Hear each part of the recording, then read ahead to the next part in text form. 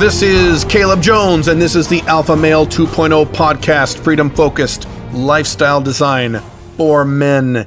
And today I have something very different for you. I'm going to try this as an experiment. And if you guys like what I do today, let me know, and I will do more of it. And if you guys hate it, then I won't do any more of it. So you let me know. Today, for this podcast, I am basically going to present to you a recorded coaching call, a call I did with someone with a lot of questions on both his woman life and his business life, a guy named Sid, guy living in India. You can just listen to that, and I go into detail on a lot of very important topics in this call. This was a really good call. That's why I wanted to show you guys. And again, at the end, if you like this format, if you like listening in on coaching calls I do with guys, please let me know. Either email me or DM me or leave a comment, however that works for you, and I will do more of this. So here it is, me and Sid. Enjoy. Okay, cool. I'm on the phone with Sid. How are you? Hi, I'm good. How about you? I'm very good. Great. So let's cover some basics first. So you are, why don't you tell me how old you are? I'm 42 years old. 42, and where do you live? I live in a place called Pune. If you know Mumbai in India.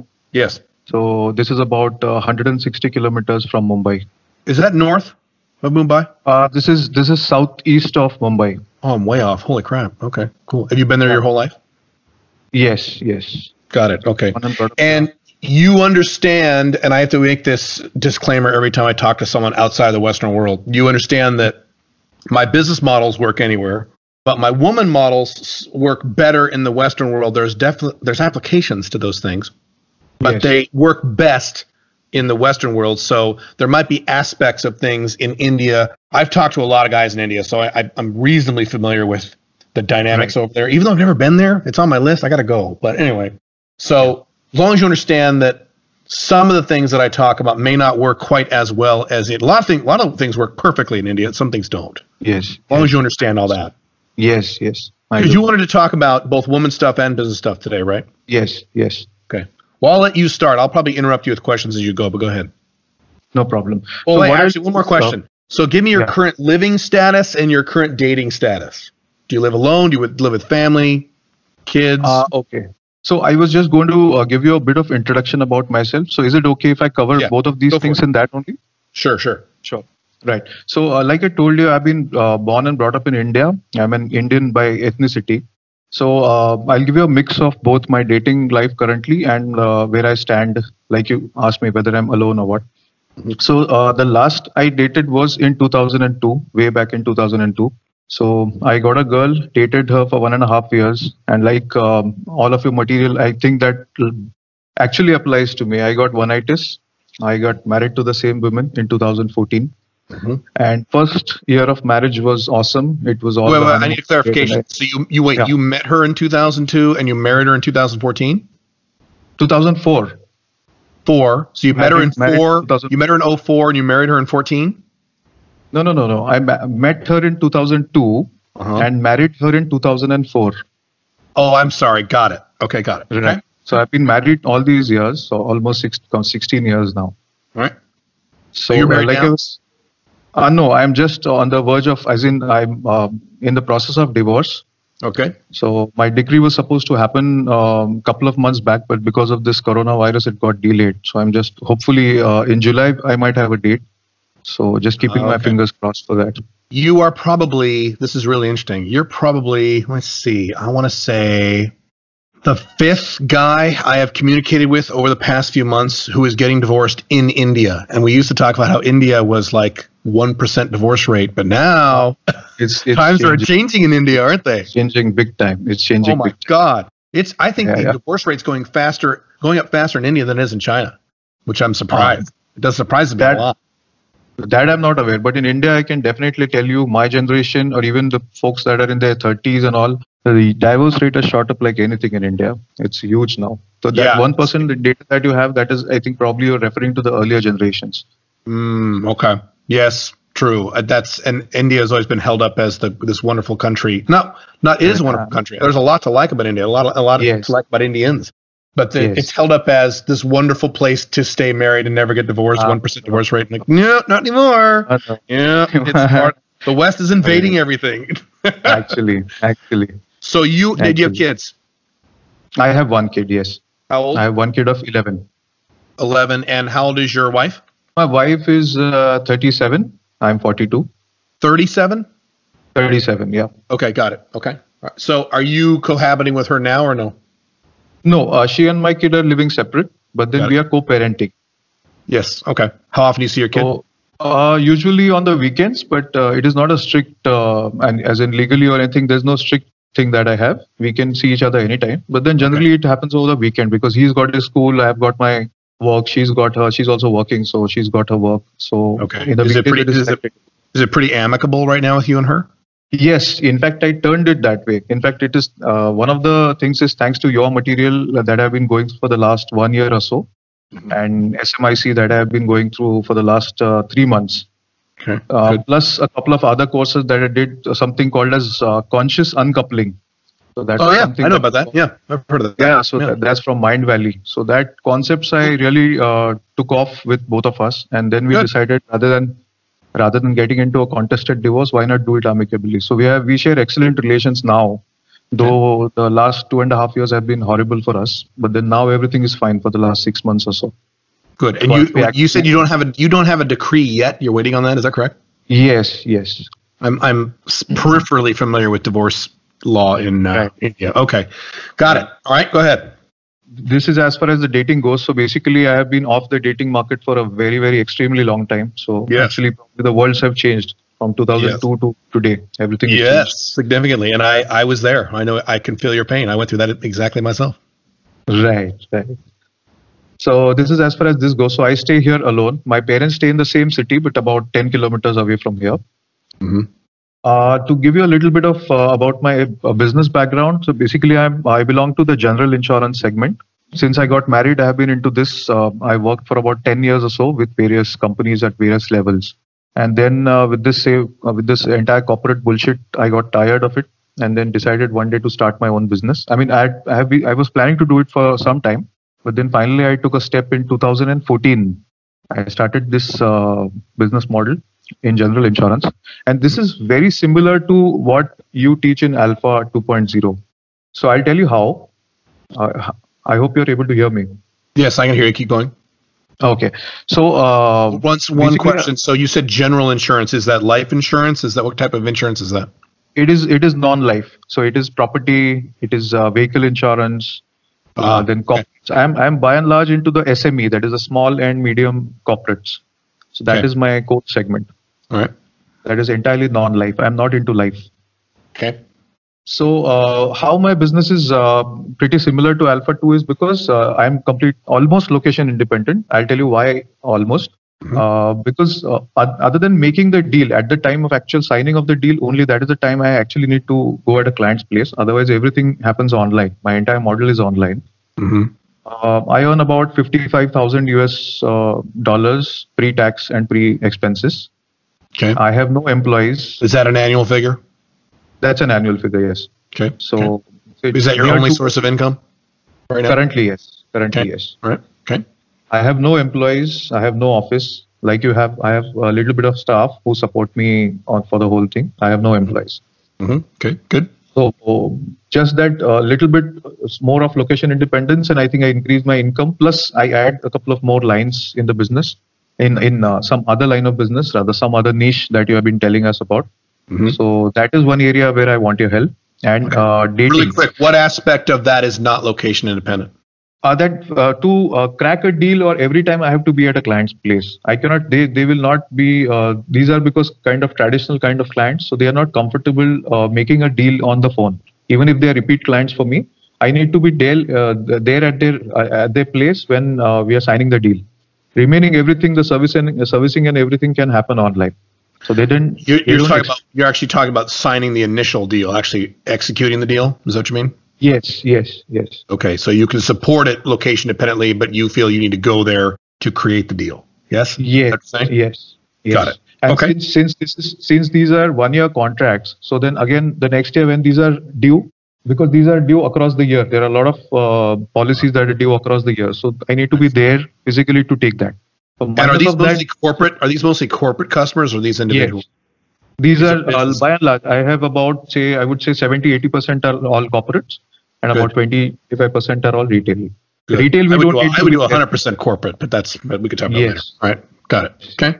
So there are two things that I wanted to ask you about. One is I don't know if is it okay if I start with the dating life? Yeah, I was just going to say, let's start with dating first. Okay, great. So basically, my thing is that I am actually personally interested in dating Western women. Okay. So like I told you, I'm a 42-year-old Indian male, have always been here. And like you have mentioned in one of your materials, there are men who let their health go because they are in one ITs, they're in one relation. Same thing happened with me. Yep. Very So normal. I had, Happened to me too. Yeah. So I'm not fat or obese. You were married. So wait, how long were you actually married? You were married for, let's see, 15 and a half years. 15, June God, 2000. longer than I was. Wow. Okay. Yeah, That's a long time. Yeah, you're right. Especially for someone your age. Although you get married young in India, don't you? Yeah. Yes. we do. Yes. Okay. June of 2004, I got married, and November of 2019, I filed for divorce. So 15 and a half years. Did you, be honest now, did you cheat during the marriage at all? No, actually, it was the other way around. She cheated on me. Oh, okay. So- Got it. Was so that it was- recent or was that a long time ago? That was about 3 years ago, exactly 3 years ago. Okay. All right. So after that, we had extremely bad 3 years. We had a lot of cat fights. We had, fights going on into the middle of the night, Oh, banging, a lot of drama from both sides, even from my side, Mhm. of course. So it was actually a hell for both of us for the last 3 years. Yes. Then finally, I had to take a call. In fact, thanks to one of my friend who introduced me to your material. So I could actually, from the last 1 year, I've been following your material. So that actually gave me the confidence and a direction as Good. to how I can do something. Good. But I interrupted you for your question. Go ahead. Yeah. So like I was telling you, I'm not fat or obese per se, or generally I used to be an athlete in my school days. I used to be a martial artist in my school days. So that way my physique was pretty good. Only thing is that unfortunately I have grown a paunch. It's a bare belly that I have got. So Standard crap for guys in their 40s. Yes. Actually. So one of the actual questions is that, like you have talked about obesity and where health has fallen and all that people need to get back into shape. But this actually is a genuine question to you because I have not really got an answer from my friends or other material I was referring to. Is paunch too much of an issue in the dating world? Yes. Okay. So here's the general answer. The general answer is you have to optimize your physical appearance as much as humanly possible within your height and your genetics. Right. But that leaves a lot, you can't use your genetics as an excuse either. I have pretty shitty genetics. I have a sister who is almost 400 pounds. She's my direct full sister, and she can't even walk upstairs. And that's what I would look like if I just ate whatever I want. But I can't use that as an excuse. I'm still too overweight. Right. So I can't use that excuse. It's just going to be more difficult if you have shitty genetics.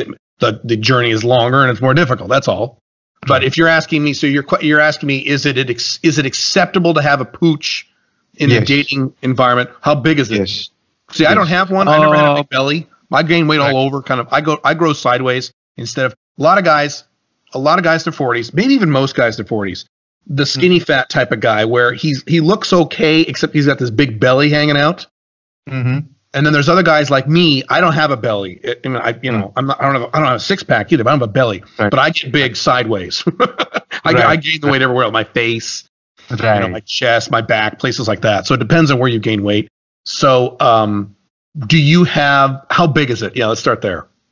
I would say. Do you look pregnant, or you got a little pooch down there? Since I've been working out for the last 6 months and following a diet plan, this is reduced. But yes, it looks slightly pregnant. Yes, I would say. Yeah, that's bad. Yep. How does if I saw you standing in front of me and I put my hand over my eyes where your stomach is, and I can see the rest of you but not your stomach, how does the rest of you look in terms of body fat? Rest of it is be fine. Objective. Be honest. It is absolutely fine. It is absolutely fine. Yeah, so you're one of those guys. Okay. Yeah. All right. Then you're one of those guys. Yeah, I have a lot of buddies like that. They look fine except they got a big belly. Yeah, that's a problem. Yes. That's a problem. Now, can you get laid with a belly? Is it possible? Yeah. I've seen guys do it. Of course, it's just harder. So the standard model is that you can achieve any results you want. It's just harder if you don't look as good. So if you say, I want to have sex with a super hot 25-year-old white girl, but I got a pooch, is that some guys say, well, that's impossible. It's impossible. You got to start looking. No, it is possible. You just have to put in a lot of goddamn numbers. Right. I went through a year or two where I had to put in a lot, where I was the heaviest many years ago, where I had to put in a lot. I mean, I made it work, but boy, did I work hard. God damn. Right. So that's the answer. So, but yes, you've got to minimize that as best as humanly possible. And if that means you never get to a six pack, but you reduce that thing by 80, 70%, great. That's fine. Okay, fantastic. Especially if the rest of you looks good and you do everything else correctly on first and second dates and relationship management. Fantastic. Great. But yes, if you look pregnant, you've got to fix that. Fuck yes. Okay. Yes. Okay. Fine. And it ends up saving. And the reason for that is not outside of the health reasons. It saves you time in your dating life. So when I lost my initial 40 pounds, the amount of work I had to put in to get to my objectives in terms of 3 women on rotation, bringing new in all the time, all those things was so much easier. My first and second dates were so much more successful and so much easier when I was 40 pounds less. It was night and day. It was so much nicer. Yeah, that's why you do it. Right. Would it be right to say that we would, as a man, I would have a lot more options and a lot more freedom to choose because I'm in a better shape? Is it one of the right ways to put it?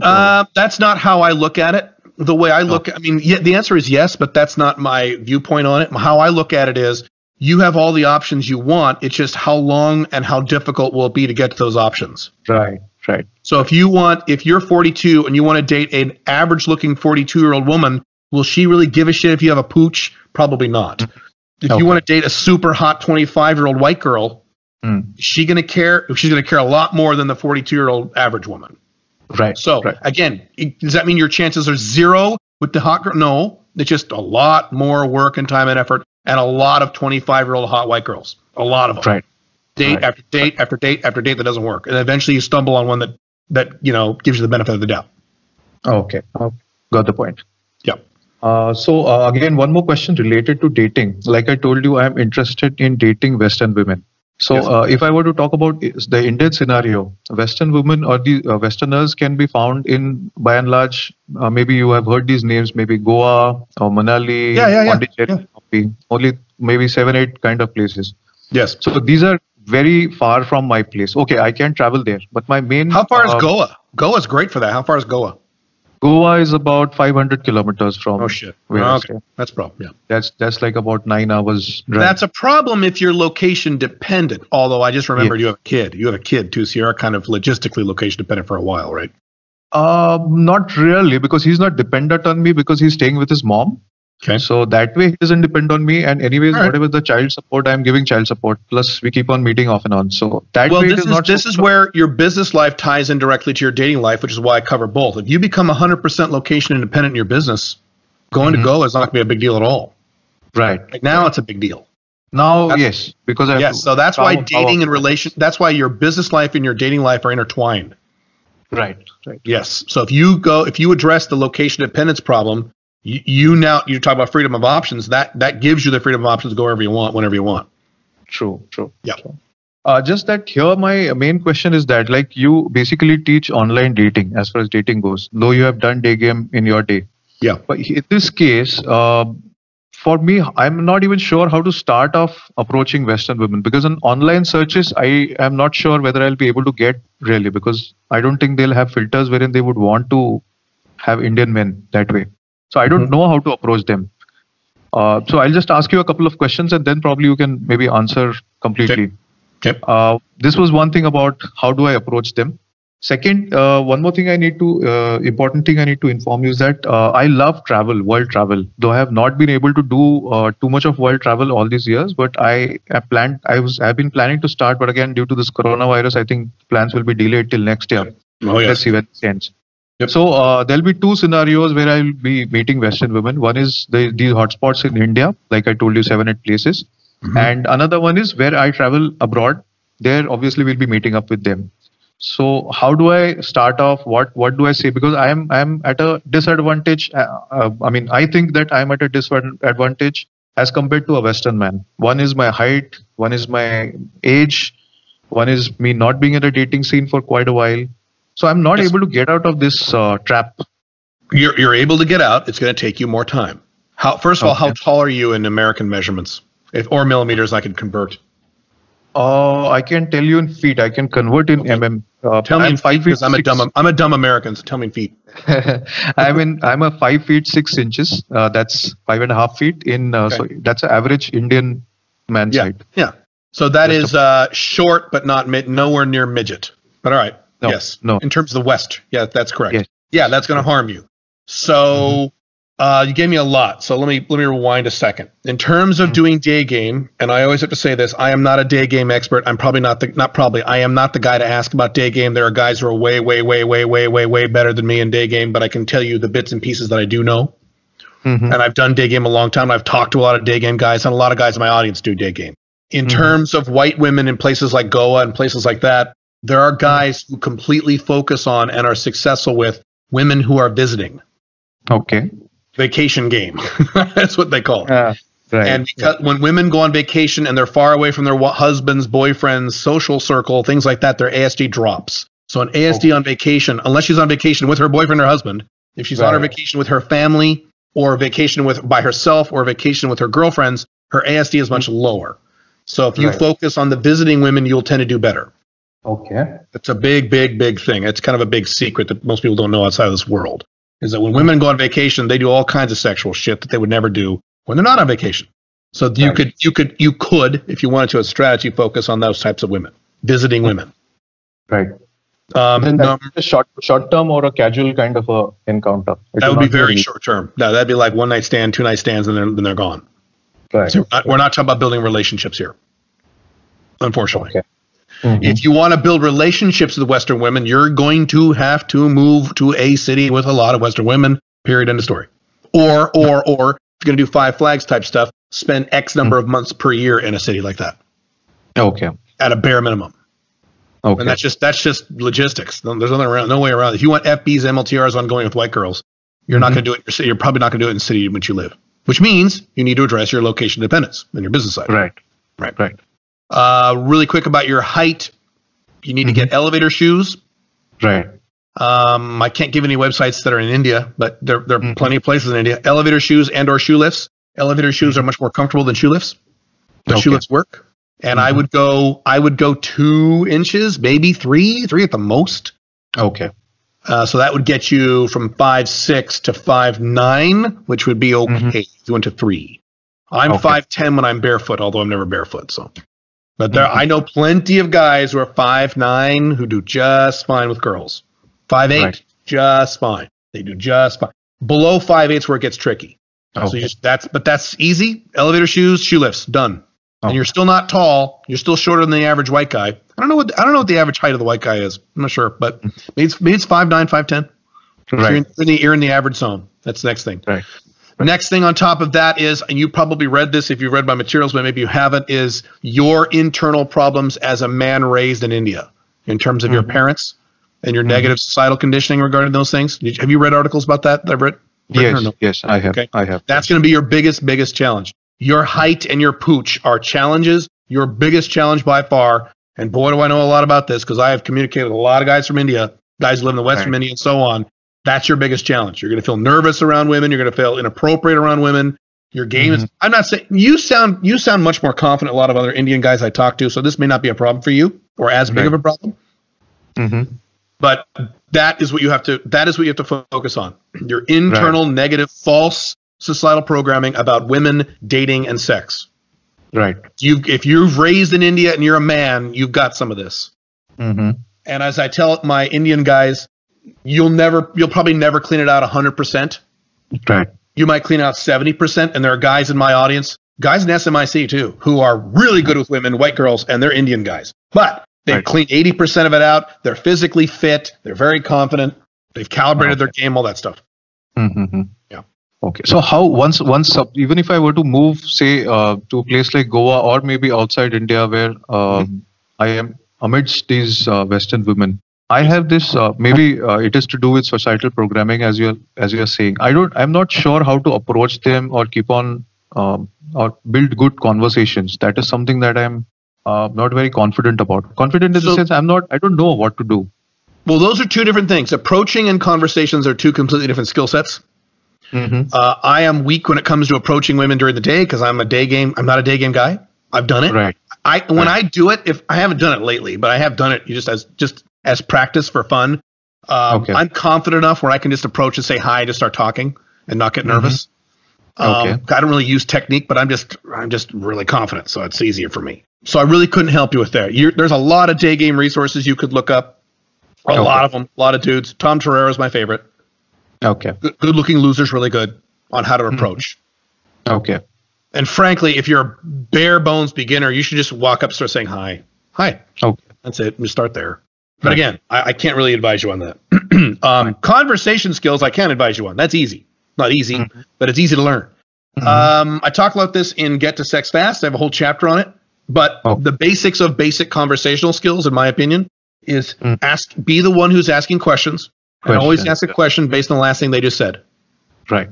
And let them do 80% of the talking, especially if it's in a seduction dating environment. Right. The more they talk, your odds go up. The more you talk, your odds go down. That applies to when you're talking to someone via day game, night game, what have you, or on a first date. That doesn't matter. Right. You want her to do most of the talking, so you want to be asking the questions. And if instead of just the miscalibration of asking questions is that you ask, so where do you live? I live here. Oh, okay. Do you have any family? Yeah, I have a sister there. Oh, what do you do for a living? These questions are not connected. Right. So you just ask a question based on what she said. Where do you live? Live in Goa. Oh, really? You visiting here? Yeah, I'm visiting here. How long are you here? Oh, I'm here for a week. So every question I'm asking is based on what she just said. So it sounds very natural. And whoever asks the questions controls the conversation. Right. So you need to get very good at being a good question asker. Right.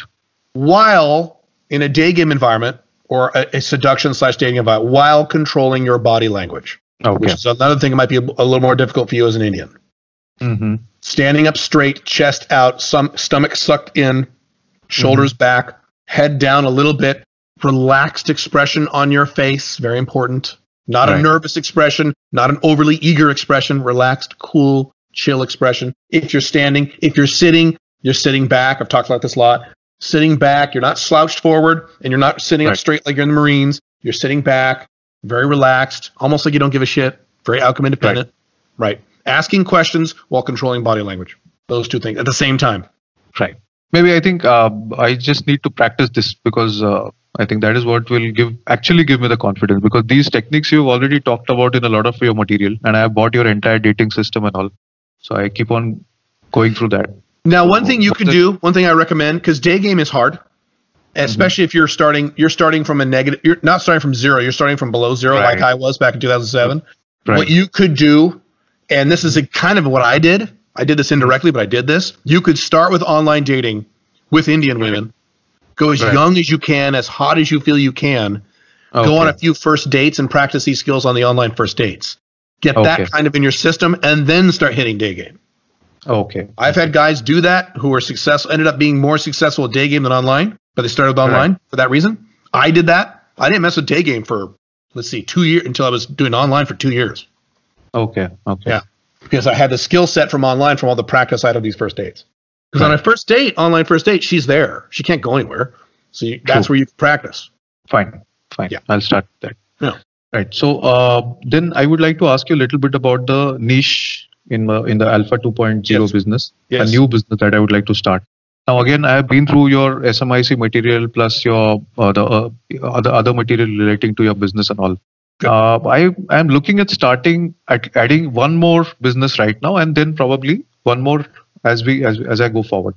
Okay. So right now, my basic thing is that, like you have always said, that finding your own niche is the biggest of the challenge. Once that is through, then everything else becomes fun and exciting and more like an adventure. Exactly. So I'm just not able to finalize, or just not able to maybe narrow down on a niche which I could start off.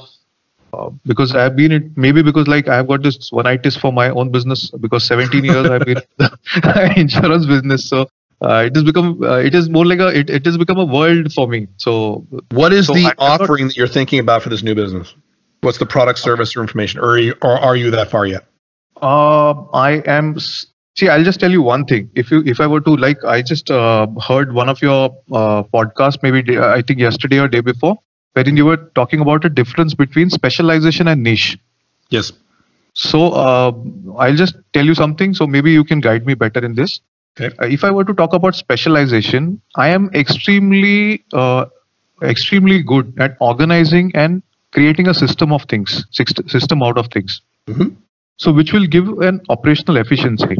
Mm-hmm. Like you have always said that I need to, as a seller need to make the client's position better. Either he has to earn more or he has to save cost.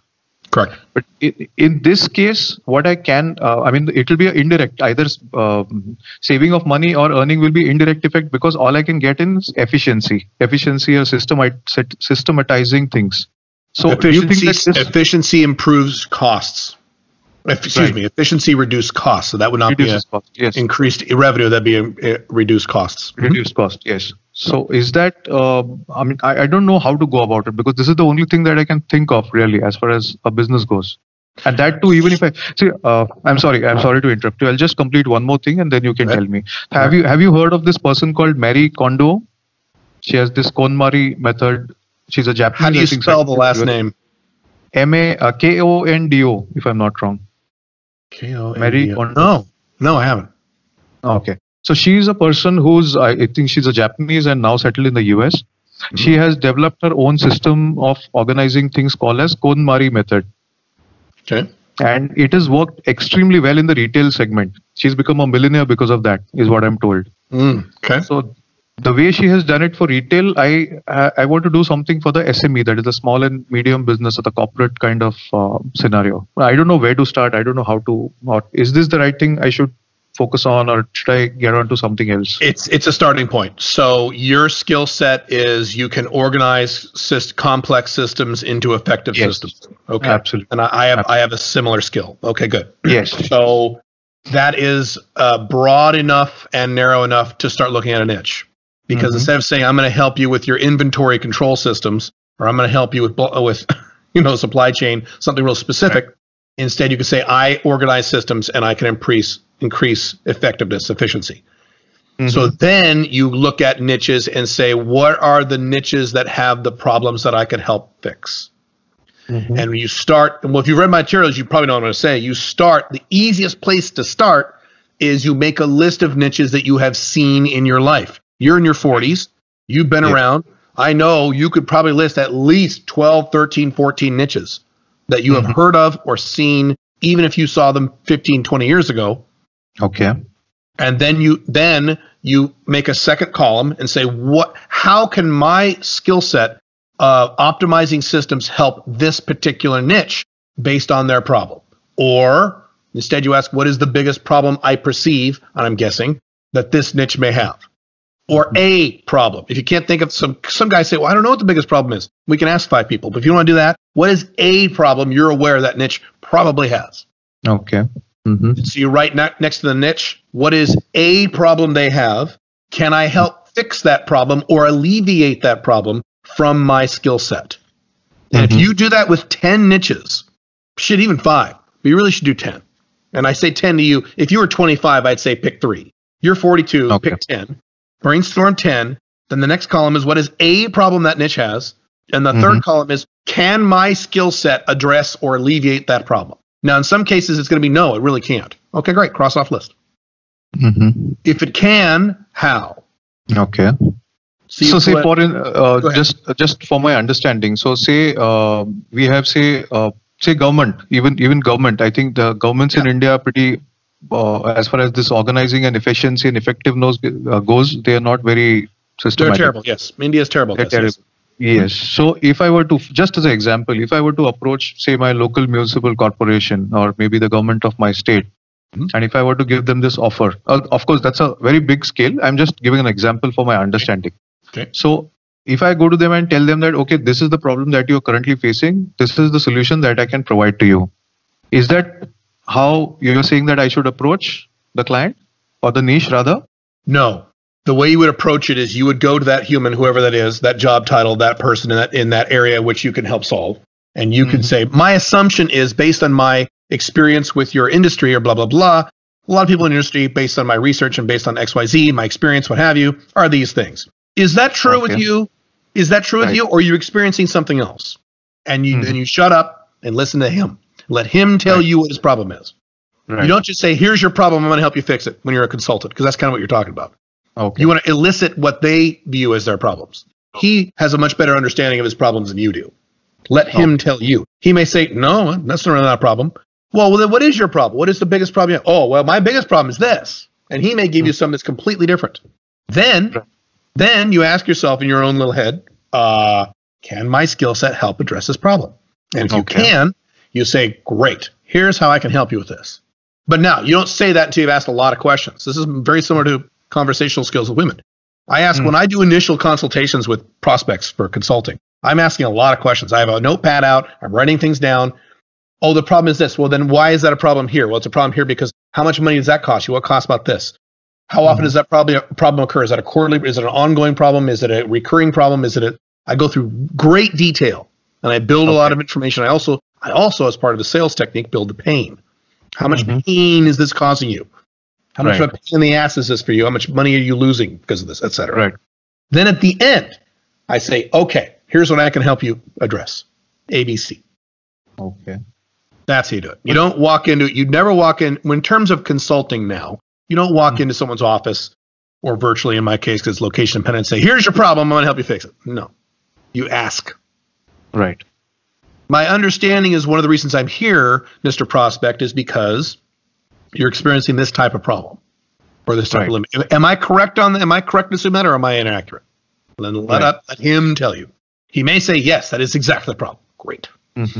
But often I would say maybe 60% of the time you do something like that, they'll say, well, not really. My real problem is this. Okay. And then you have 2 or 3, 4 meetings like that. And if you get some consensus on the types of problems for that niche, now you've got a real business. Now you know exactly what to focus. So on the 5th prospect meeting, you know exactly what his problems are. And now you can start writing a really good website, a really good LinkedIn page, things like that. A little ebook you can hand out to people on how to solve that problem in that niche. Okay, so now here, given my example, say organizing and getting things into a system, that being my core skill, I should look out for industries which have an issue with efficiency and effectiveness. Well, not industries, niches. Every industry has an issue with that. Every industry is disorganized. Niches. So, niches within industries. Within industry, I need to look for a niche, and then if, like you're saying, I can as narrow a niche as possible. Yes. Then go and approach those people and try to understand, ask questions. Maybe I meet up multiple people. And then once I get a hang of that, then I can give my offering. Yes, and you can give your offering on the very first meeting, the very first time. If he states a problem and you think you can help, right then and there you say, okay, great. Here's how I think I can help you, A, B, C, D. I will go back to my office, and within 24 hours, I will send you a proposal on exactly what. Okay. But you first, this gets into sales for consulting. You have to quantify the problem. So if this problem, how much money does this problem cost you per year, per quarter? I don't know. Well, what do you think? And get a number. Well, that costs us $500,000 a year. All right. So if I help you fix this, your company would save $500,000 a year or so. Yeah, that's about right. Okay. Great. Now you have a basis for what to charge them. Okay. And you've created real pain. Right. I'm sorry. So just for my understanding here. Now, suppose because of not having efficiency or effectiveness in the systems, how would that person be able to really quantify? Because he might just say that, okay, things are working out, but then we are having issues, we are having frictions everywhere, we are having frictions with people, we are running around, there are deadline issues and all that. Yes. But then actually per se, it does not really affect the bottom line or top line, maybe. How does one quantify in terms of not having efficiency? You attach it to some other metric. So if they say, for example, you say how much money is this costing you per blank? They go, well, I really don't know. It's not about money. It pisses off our employees. Our employees are angry. They're arguing. They're fighting each other. They're fighting the suppliers. It's a fucking mess. Okay. Then what problem or problems is that creating? Okay. And you play dumb for a minute. You say, well, okay, so your employees are mad. Okay. Why is that a problem? Well, it's bad for employee morale. Why is that a problem? Attach it to something else. Well, we have high turnover. Aha! Now we can quantify that. Okay. Or our productivity has gone down. 3 years ago it was this, and now our employees are so angry, we've noticed that it's down around here. Aha! Quantify that. And again, like I said, you guess. These are not accurate numbers. You guess. You and I both know if you run into a company where, and I've run into these companies where the employees are angry and furious all the time, that company loses massive amounts of money. Are you kidding? Right. But it is hard to quantify. So that's how you do it. A, you guess.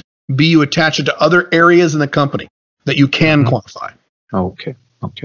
Fine. Great. So I think these are the couple things I wanted to ask. I think you've given fairly elaborate answers. I'll have to do some brain tinkering on my own also. Then actually start off and then see what happens. Then probably I'll be in a better position to come back to you as to what am I facing that. And as always, take everything we've talked about today, write it out, I think you have, and then write it out as action items. So actually you take action on what we talked about today. Sure. Cool. Good question. Sure. Yes. You're going to be a lot happier when your divorce, and it's going to be a while because I know how long this takes in India, America too.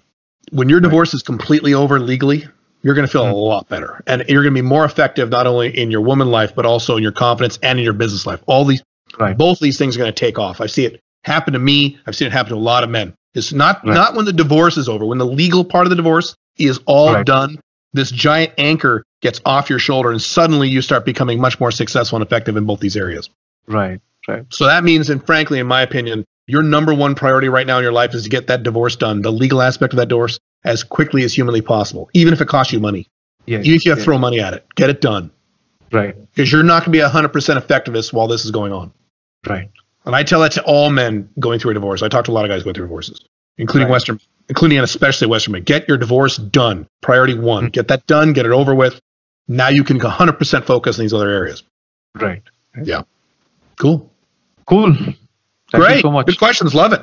Thank you so much. You bet. Anytime. Sure. Good seeing you then. All right. You too. Bye. Bye.